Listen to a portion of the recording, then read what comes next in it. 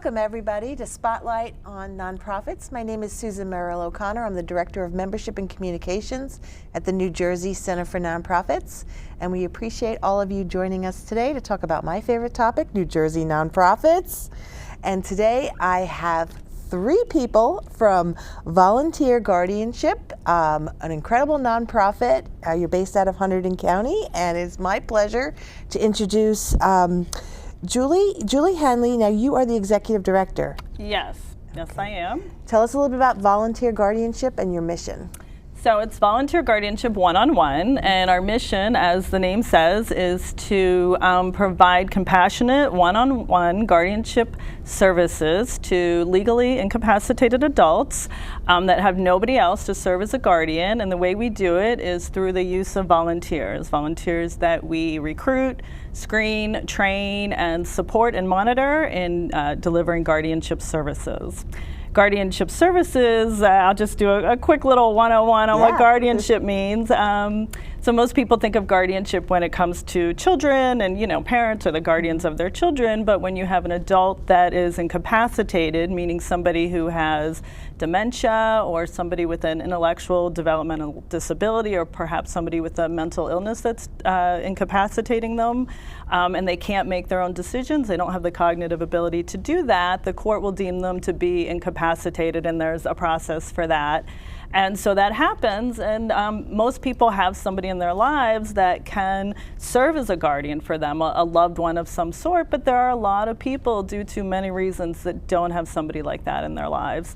So in those situations, we go into the community, we identify volunteers that and my colleague here, Karen, will talk about the volunteer piece of it a little more, who find it in their hearts to want to be a guardian for those people, and they're responsible for housing, medical, financial, emotional, all sorts of decisions and actions that have to take place in somebody's life. Wow. And so they're not a caregiver?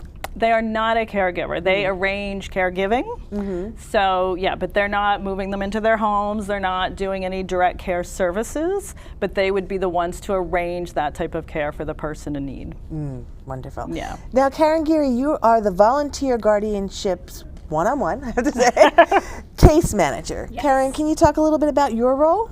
Yes, absolutely. My role is to support our volunteers in all areas throughout the process. So I get involved in recruiting and screening, doing orientation, helping them with their online training, and then once we match them with a person, just making sure that all of those little pieces come together. So initially it's, those first few weeks, all the activities that have to be done, and then ongoing it's if they have questions, if they need resources, I'm their main person that they can go to make sure that those things come together. Wonderful. So yes. Great. And now Amy Kiyishian. Very nice. You are a field placement student at the Rutgers MSW program. That's right. And Amy, we can credit for coming on the show because Amy met the Central Jersey Network folks, and you said this would make a great segment for our Spotlight on Nonprofits. So I love this. I love this nonprofit, and I thought it was perfect. Great. Why don't you tell us a little bit about what you do there? Oh, well, I just went back to school. This is my pivot. I just went back to school I wanted to be involved in the aging sector, in the taking care of the aging population.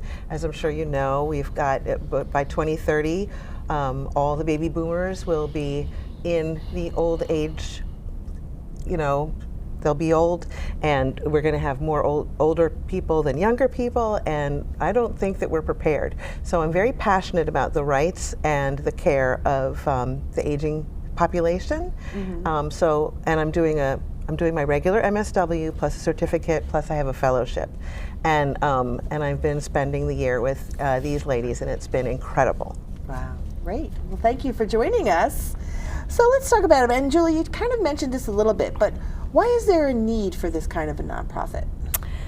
So I consider us a pioneering approach to guardianship. There's nobody else that does guardianship the way we do it. So there are other alternatives. There are state alternatives. Sometimes attorneys will be paid to be guardians. There's nobody else that does it the way we do it, one-on-one with volunteers. And something I always like to point out is that to be a true surrogate decision maker, you have to have some sense of who the person is that you're the guardian for. So in most cases, if it's a child, they're like, oh, mom would have wanted it this way. So our approach is to really, our volunteers get to know that person on that individual level, so their decisions and their actions really can truly be one that person has hopefully given input into, depending on the level of cognitive issues, and would have done so for themselves had they had that full capacity. So I guess that's my way of saying, there are other options, but we feel like our competitive advantage is the fact that it's a community-based. People live close to the people that they're going to be the guardians for. They visit them at least once a month. We have certain mandatory requirements. And then, as Amy already started talking about, the population is aging. So there's going to be more and more people that are going to need some type of guardianship assistance. I think it's 39%. By 2030, 39% of the population will be 60 and over. And the young people aren't keeping up with that, in terms of the population. So there's just going to be a greater need. Social determinants of health in terms of homelessness and poverty and things like that break up families, cause people to not have anybody in their lives. Like maybe they have children, but those children are the sandwich generation, and they can barely take care of maybe, what they have going on, or maybe there's addiction in the family or trauma, and that causes people to not have somebody in their lives that can serve as the guardian.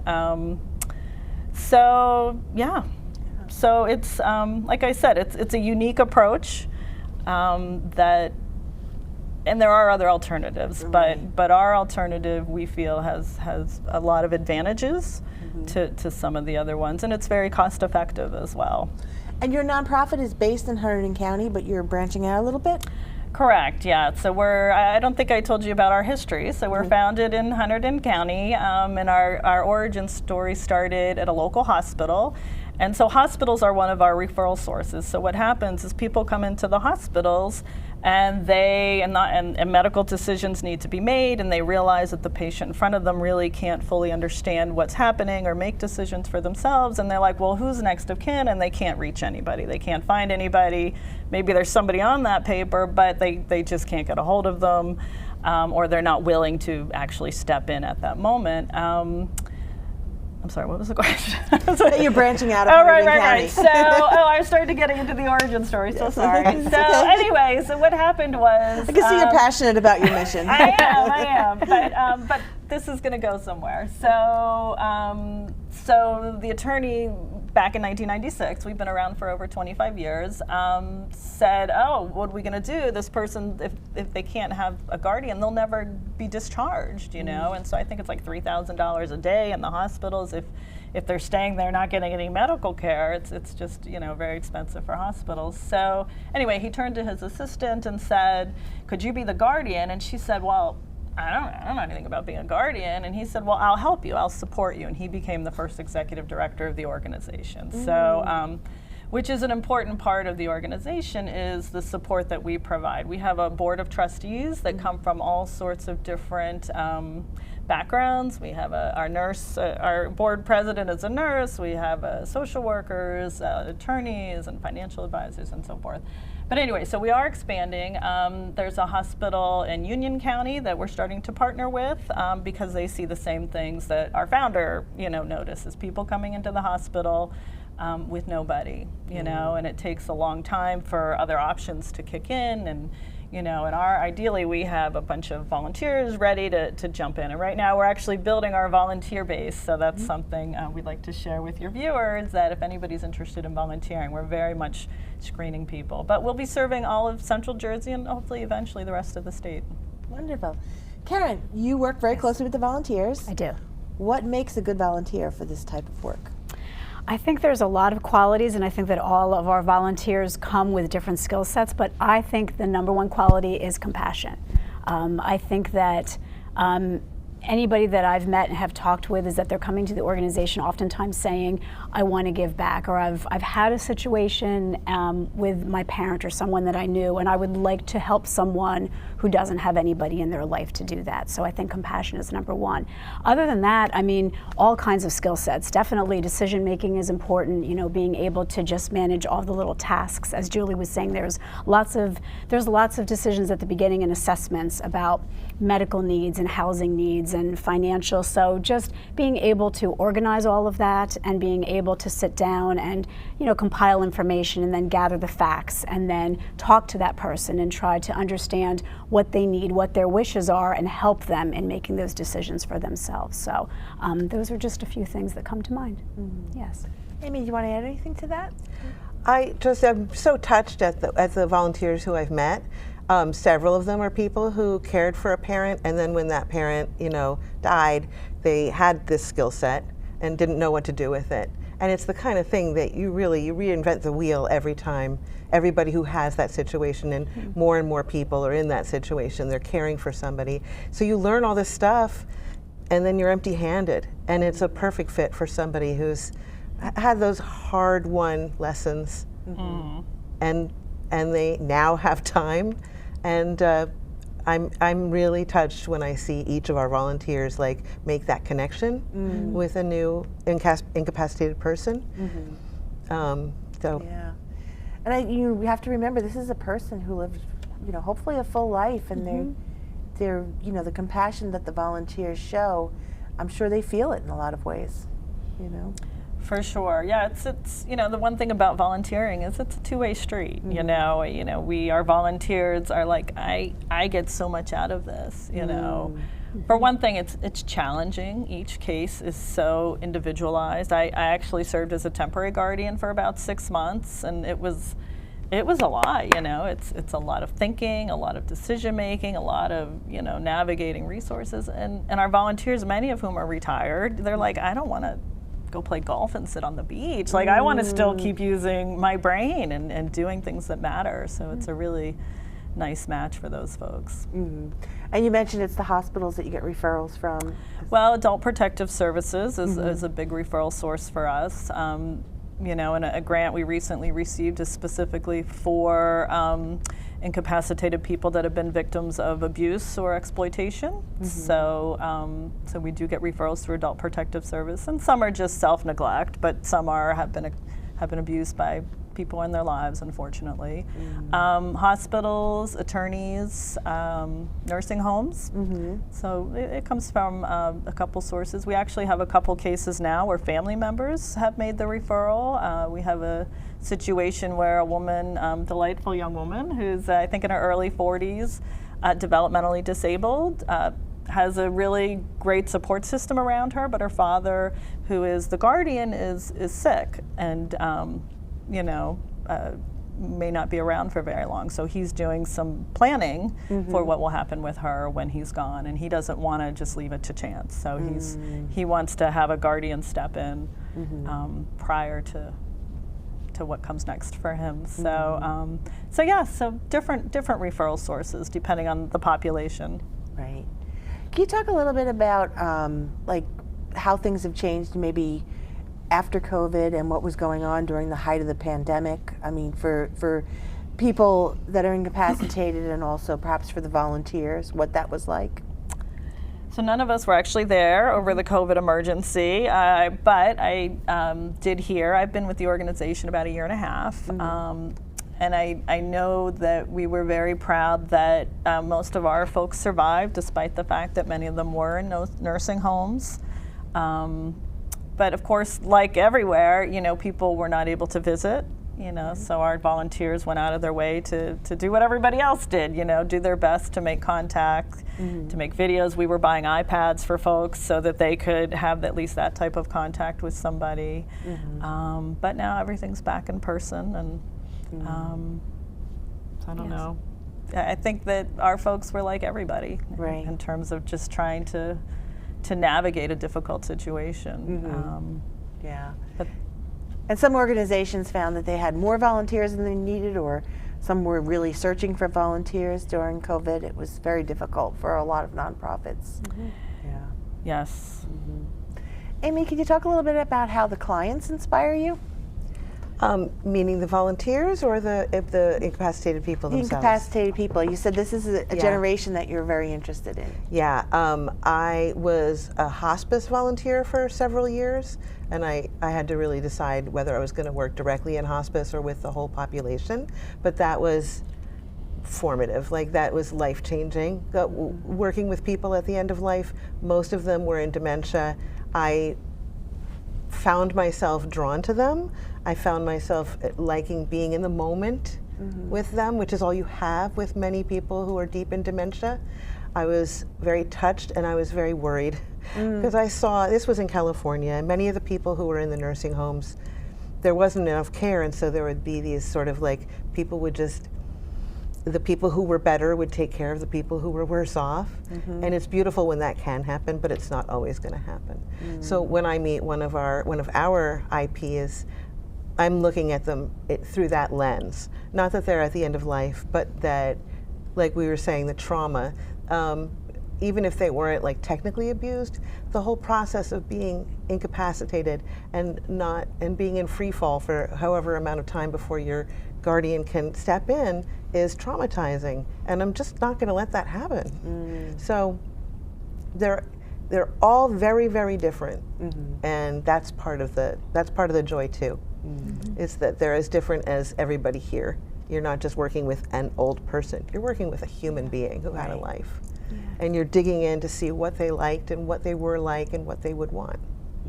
I agree. Karen, Yeah. how about you? Yeah, I think what's been very nice for me is during the course of this first year for myself is I've had an opportunity to meet many of the volunteers with their person. So we might go to a nursing facility or whatever it is, and I not only get to see them individually, but I get to see the interaction. And as Julie mentioned, a lot of times they are forming, these wonderful relationships, and you see that. And, just to meet people that are so sweet and, helpless in a way, but yet you see them like, perk up, and that interaction, they talk about, oh, we did this together, and this person is helping me with this activity, and it's just a wonderful interaction. And I think for me, it's what makes me feel very blessed about being with this organization, because I think we all have those moments where you just take a step back and you say, you know what, this is such a beautiful exchange that I'm seeing here, and I'm happy that I can be a part of making those connections happen and supporting the people that are, our volunteers, to continue to see that happen. So as you said, like, I'm inspired by our IP. I'm inspired by our volunteers, and I just think there's a lot of goodness out there in people, and this is an organization that kind of captures that and makes that happen. So, Julie, how about you? What inspires me about the people that we serve? I think the tenacity, in some of them. Well, we are Jersey strong, right? That's right. Jersey strong. I mean, growing old isn't easy for anybody, or if you have disabilities, there's so many barriers, and despite those challenges, we all have the right to self-determination, and despite maybe a legally being incapacitated, I'm inspired by, and I respect that they still want to lead the lives that they want to lead, and I love that, and also their openness and willingness to have somebody come into their lives. Like I said, they're not all alone. Some do have family members, but for one reason or another, they're not able to serve in this role. And they often will just welcome this new person, and and their understanding differs depending on the person. But our volunteer will go in and say, "Well, I'm your guardian." They'll be like, "Oh, okay, you're now my guardian, and and here's a bill, and and can you talk to my doctor over there?" And and they're just kind of that kind of openness, Right. and just the resilience under duress. I find inspiring. So tell me a little bit about the future of the organization. What do you need? Like, what would the ideal situation, if it's funding, volunteers, what would really make your organization grow? So, because guardianship is a legal thing. I mean, our folks go to court. There's a judge, you know, and they're the surrogate's office, which is what handles guardianship in New Jersey. We are actively recruiting a legal support. We have an amazing attorney in Hunterdon County that has been with us for many, many years, and he does a lot of pro bono work, but he can't do it all over the state. So we are definitely looking to find more attorneys willing to kind of just step in at that point where our volunteers go to court to just be that legal representative. Volunteers are, of course, the cornerstone of what we do, you know, and like I said, a lot of times when somebody needs a guardian, they need it right now. So we're just always, you know, always screening people and training people so that when somebody needs somebody, we have somebody available. So anybody, and we do informational sessions every month. So if anybody's just thinking, I don't know, this is an unusual situation. This isn't just a one-day thing. This is we ask for at least a 1-year commitment. You just come to an info session and check us out. And then, of course, funding is always helpful in terms of, you know, hiring people that can help with the volunteer recruitment. And then the monitoring is an important piece of what we do because, I mean, we've all heard these horror stories of guardianship and people, you know, taking advantage of folks or not doing what they're supposed to be doing. And of course, we screen everybody. There's background checks, there's reference checks. I mean, we get to know them. So. But there is, you know, sometimes people are like, I just don't know what to do. So the monitoring and support that we provide is big, and we need staff to do that. Karen, can you talk a little bit about the process if somebody is interested in volunteering? So first they come to an informational. Yes, there's a number of ways. They can come to an information session. They can also go onto our website, and we do have an application. If they want to start by filling out an application, that would come to me. At some point, we would have a nice phone conversation. We might do, if they live a distance away, we might do a little Zoom session. They then would go through orientation. We do, as Julie mentioned, a background check, all sorts of things like that. So yeah, so I'd say the best ways to get involved is just to either go on the website, come to an information session, or even just call and someone in the office will be able to talk to them and get a little bit of better understanding of who they are and what they're looking for and what their time availability is. I think one of the things, as Julie mentioned, as we go through the screening process and getting to know that person a little bit better is to understand what are the skill sets that you're coming with. What is the available time? Are you working? Are you retired?